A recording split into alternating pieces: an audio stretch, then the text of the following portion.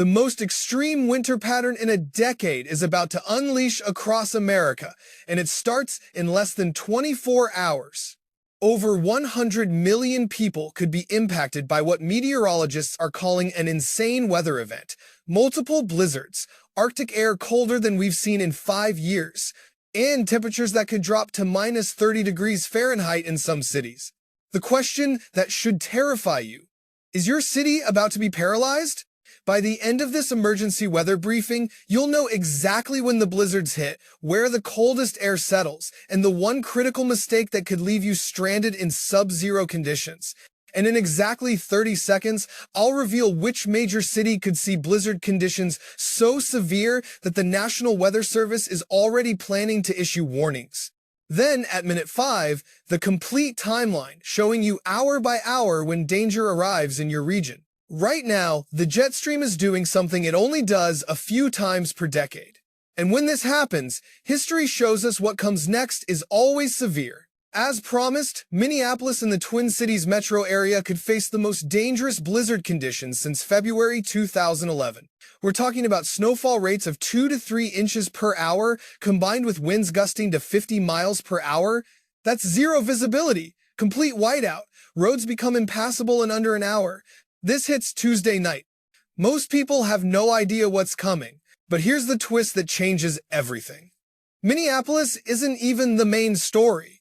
The Arctic blast that follows could bring wind chills to minus 50 degrees across multiple states. At those temperatures, exposed skin freezes in under 3 minutes. Let me show you what's happening in the atmosphere right now that has forecasters using words like insane and unprecedented. The jet stream, that river of air 5 miles above us that controls our weather, has buckled into an extreme pattern. Think of it as a giant door that normally keeps Arctic air locked in Canada. That door is about to swing wide open. Current setup shows a massive dip in the jet stream across the Northeast and Great Lakes. Below average temperatures are already in place from a cold front that rolled through over the weekend. Meanwhile, high pressure dominates the desert Southwest, and the Pacific Northwest is getting hammered with flooding rain, 5 to 7 inches possible in western Oregon and Washington. But watch what happens Tuesday and Wednesday. The jet stream dips even more dramatically to the south, and when the jet stream dips, it creates a highway for Arctic air to pour out of Canada like water from a broken dam. The upper-level wind speeds are forecast to reach extreme values. When you see yellow and orange on the wind velocity maps, that means winds aloft are screaming at over 150 miles per hour.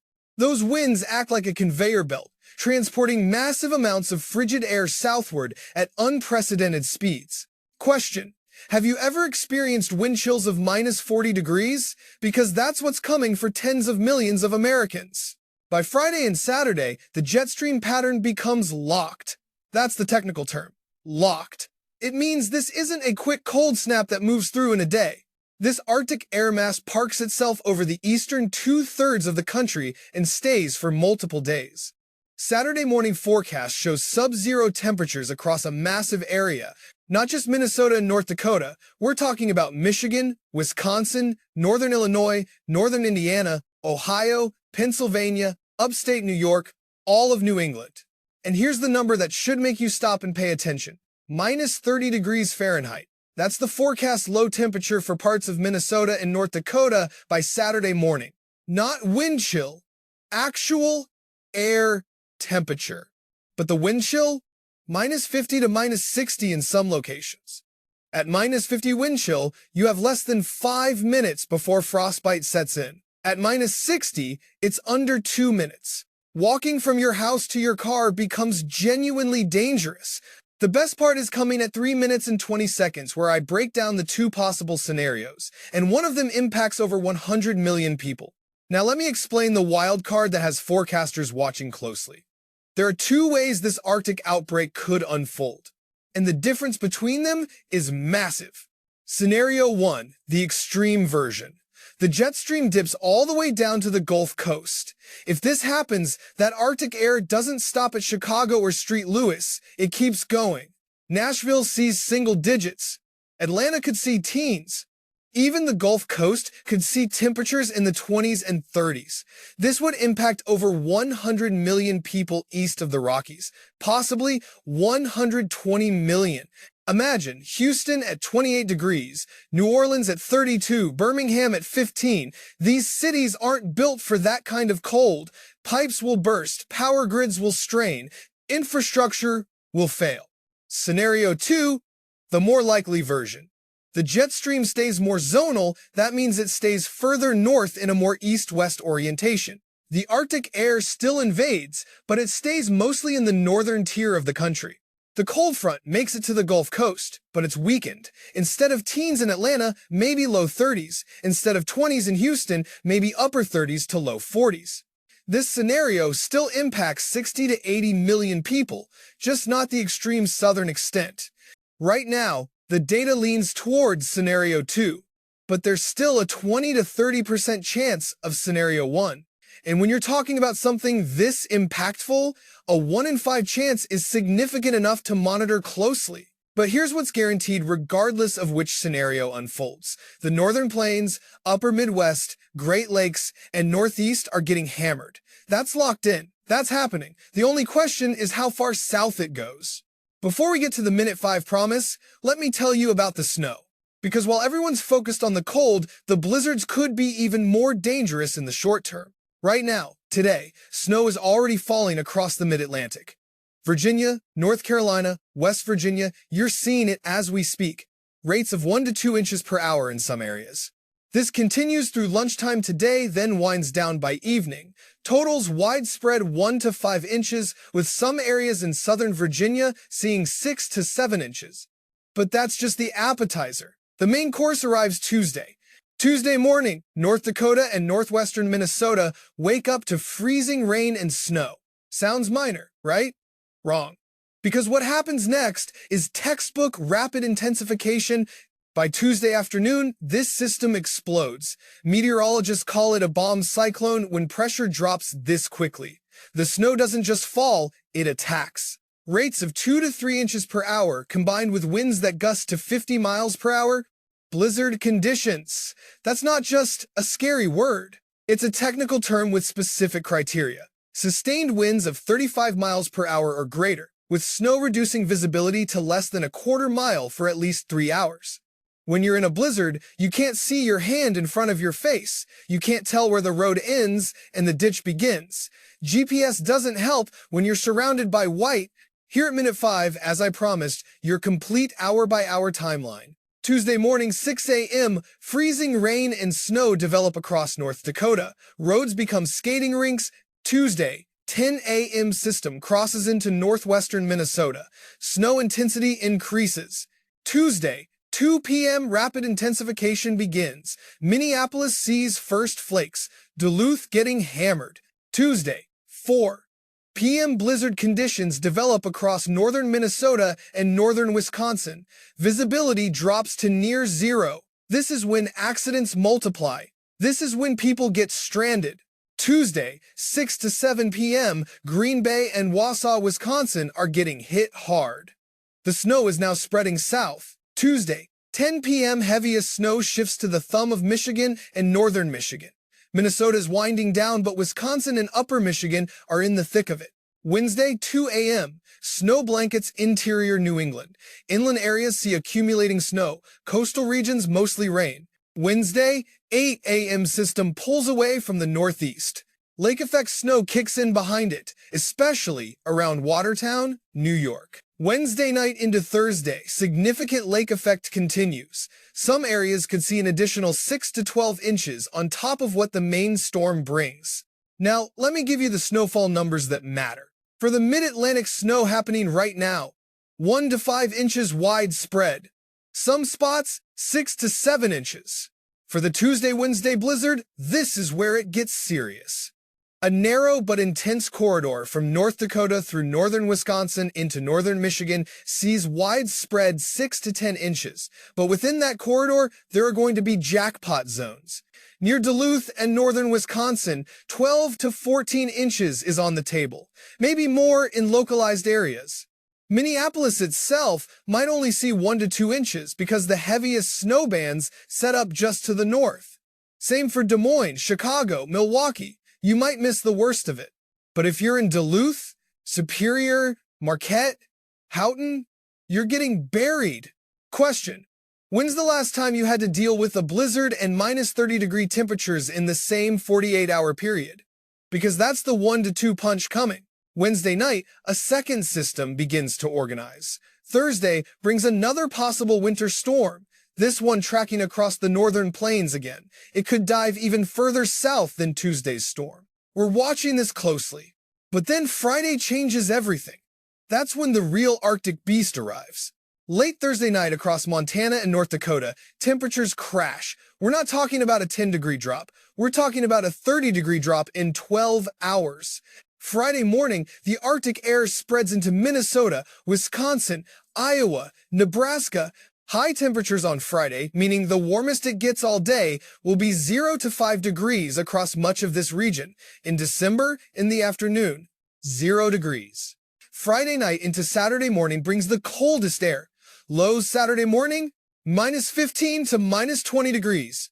Duluth, minus 20 to minus 25 degrees. International Falls, minus 25 to minus 30 degrees. Fargo, minus 20 to minus 25 degrees.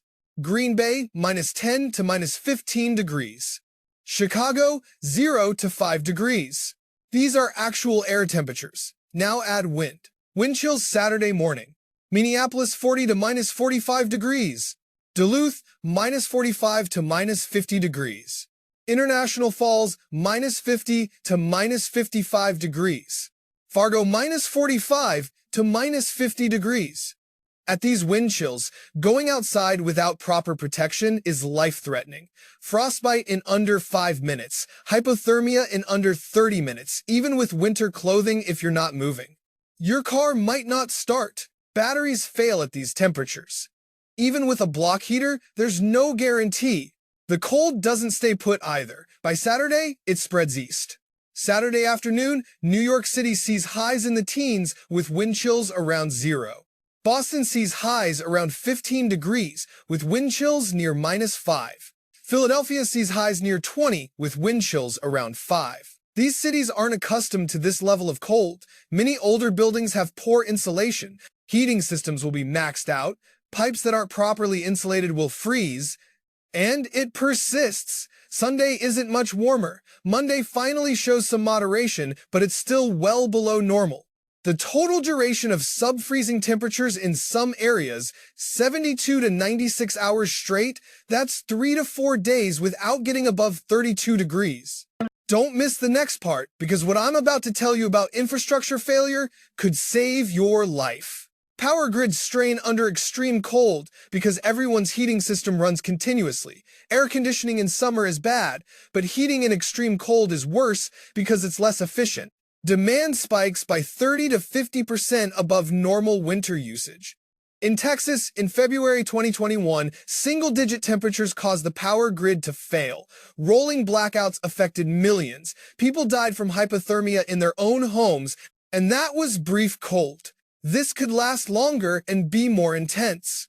Utility companies are already mobilizing extra crews. They're expecting widespread outages from equipment failure, ice buildup on lines, and demand overload. Response times will be measured in days, not hours. In some areas, if you lose power when it's minus 20 outside, your house drops below freezing within 6 to 12 hours. Pipes freeze, water stops flowing.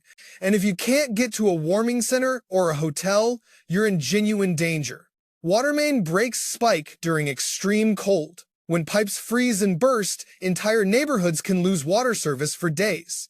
You can't flush toilets, can't wash, can't cook. And in sub-zero weather, fixing those mains is slow, dangerous work. Natural gas demand surges. In past extreme cold events, some utilities have had to implement curtailments, asking large industrial users to reduce consumption to keep residential service running. If supply can't meet demand, prices spike or service gets interrupted. The economic impact of this pattern will be measured in billions. Let me break it down. heating costs for consumers will double or triple compared to normal December bills. Lost productivity as businesses close or operate with reduced staff. Agriculture impacts, livestock need extra feed and protection. Some animals won't survive despite best efforts. Transportation disruptions, flights canceled, trucking delayed, supply chains interrupted. Property damage, burst pipes, roof stress from snow load, vehicle damage from extreme cold. Emergency services overtime, police, fire, ambulance, road crews, all on extended shifts. This isn't just inconvenient, this is economically devastating for many households and businesses. But let me tell you what you need to do right now, today, to protect yourself. Step 1. If you're in the Northern Plains, Upper Midwest, Great Lakes, or Northeast, go to the store today. Not tomorrow, today. Stock up on water, 3 gallons per person minimum. Pipes may freeze. Food, 7 to 10 days of non-perishables. You might not be able to get to the store for a week. Medications, get prescriptions refilled now. Pharmacies close. Roads become impassable. Batteries for flashlights and radios when power fails. Step 2. Prepare your home tonight. Insulate exposed pipes. Even interior pipes in unheated areas like basements and crawl spaces. Set heat to 65 minimum. Even when you're not home, don't try to save money. Preventing frozen pipes is worth the extra cost. Let faucets drip slightly overnight when temps drop below zero. Moving water doesn't freeze as easily. Open cabinet doors under sinks to allow warm air circulation around pipes. Know where your main water shutoff is. If pipes burst, every second counts. Step 3. Prepare your vehicle. Full tank of gas. If you get stranded, you need fuel to run the engine for heat. Winter emergency kit in the trunk, blankets, flashlight, first aid, snacks, water, phone charger, small shovel, sand, or kitty litter for traction. Check your battery. Cold kills weak batteries instantly. Make sure your block heater works if you have one. Step 4. Make a communication plan. Identify warming centers in your area. Know where they are and their hours. Have backup phone charging methods, car chargers, and battery packs. Establish check-in times with family. If someone doesn't check in, you know to send help. Write down important phone numbers. If your phone dies, you need to know how to reach people. Step 5. Check on vulnerable people. Elderly neighbors living alone are at highest risk. Knock on doors. Make sure they're prepared. Get phone numbers. People on oxygen or dialysis equipment need backup power plans. One power failure could be fatal. Pet owners bring animals inside. At -40 wind chill, a dog can develop hypothermia in under 30 minutes. The people who survive extreme weather events with minimal disruption are the ones who prepare before it hits. Once the blizzard starts, once the power goes out, once the temperature hits -20, it's too late to prepare. You're reacting instead of acting. Question: what would you do if your power went out right now and the temperature outside was -15 degrees? Do you have a plan? Because on Saturday morning, that's reality for millions of Americans. And the difference between uncomfortable and dangerous, between inconvenience and tragedy, is preparation. Let me tell you what happens day by day so you can plan accordingly. Today, Monday. Mid-Atlantic snow winds down by evening. Prepare for Tuesday's blizzard if you're in the northern tier. Tuesday, major blizzard northern plains through Wisconsin and Michigan. Do not travel in affected areas. If you must travel, leave before noon or wait until Thursday. Wednesday, snow spreads to northeast but weakening. Still plan for disruptions. Thursday, lake effect snow continues. Second system may develop northern plains. Monitor forecasts closely.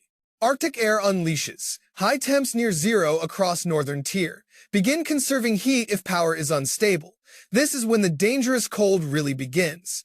Saturday, peak cold. Morning lows -20 to -30 in multiple states. Wind chills -40 to -60. Stay inside unless absolutely critical. Check on neighbors. Sunday cold persists but slightly less intense. Still well below zero in many areas. Monday, moderation begins but still very cold, maybe single digits to teens for highs in areas that saw -20 on Saturday. Next week, cold continues but trending slowly warmer. By Thursday or Friday, approaching more normal winter temps. The pattern persists. This isn't over in 3 days. This is a sustained assault, lasting 7 to 10 days from start to finish. Now let me address what some of you are thinking. I've lived here my whole life. I've seen cold before. I can handle it. Maybe you can, but this is different. The last time we saw a pattern this extreme was January 2014, the polar vortex winter. Do you remember that? Temperatures colder than Antarctica in some U.S. cities. Over 20 deaths directly attributed to the cold. Billions in economic damage. Before that, January 1994. Multiple major snowstorms followed by brutally cold air. Before that, February 1979. Similar setup. National emergency declared. This pattern ranks up there with those events. This is generational cold, the kind you tell your grandkids about. The problem is, we're less prepared now than we were then. Infrastructure is older, power grids more fragile, and people have short memories. If you weren't alive in 1979, if you don't remember 1994, if 2014 feels like ancient history, you don't have context for how severe this can get. Let me give you context. In January 2014, over 100,000 flights were canceled. Amtrak suspended service. Schools closed for weeks in some areas. Homeless shelters overflowed. Emergency rooms saw massive increases in frostbite cases. At least 21 people died from cold-related causes. And this pattern looks similar, maybe worse in some areas. Tomorrow, I'll have updated forecasts as the models run overnight. We'll know more about that Thursday system. We'll have better clarity on exactly where the heaviest snow bands set up Tuesday. And we'll refine the cold forecast as we get closer. Wednesday, I'll focus on the northeast impacts as the snow arrives there.